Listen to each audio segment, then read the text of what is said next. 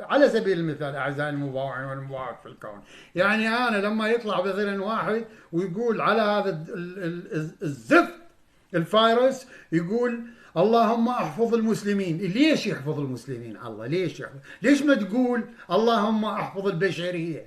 ومن يسألوك انت شنو دينك تقول لهم انا مسلم، حتى يقولون الله شوف هذا الدين العظيم جاي يتمنى الصحة والسلامة لكافة البشرية وكافة الأديان. انت ليش تخصصها بالمسلمين؟ وبعدين انت تتوقع الله راح يحفظ المسلم السافل والحقير والنذل والحمار، ويعوف المسيحي أو البوذي أو اليهودي أو الصابئي الشريف لأنه مو مسلم؟ شوف هذا الكلام، وهذا يسموه الدعاء، هذا من كثرة الأمية والجهل والتخلف. المفروض لما تدعي دعائك هذا اللا مستجاب تدعي للكل، لا تخصص المسلمين. لك شنو مسلمين؟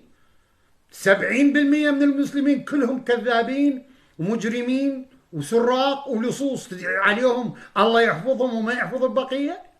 شوف هذا تخلفنا. شوفوا قلتكم ترى الفيروسات ذني الفيروسات شيطانات.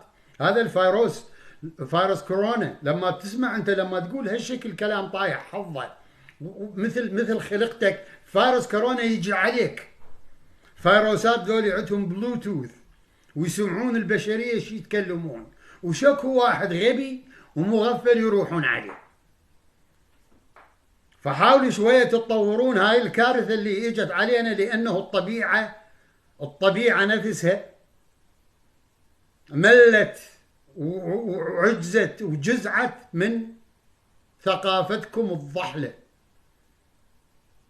لما واحد يطلع بالتلفزيون أو بالفيسبوك ويقول اللهم احفظ المسلمين وغير المسلمين لا تحفظهم لأنه احنا ما نحبهم، هي هاي عقليتك أعزائي المباوعين والمباوعات؟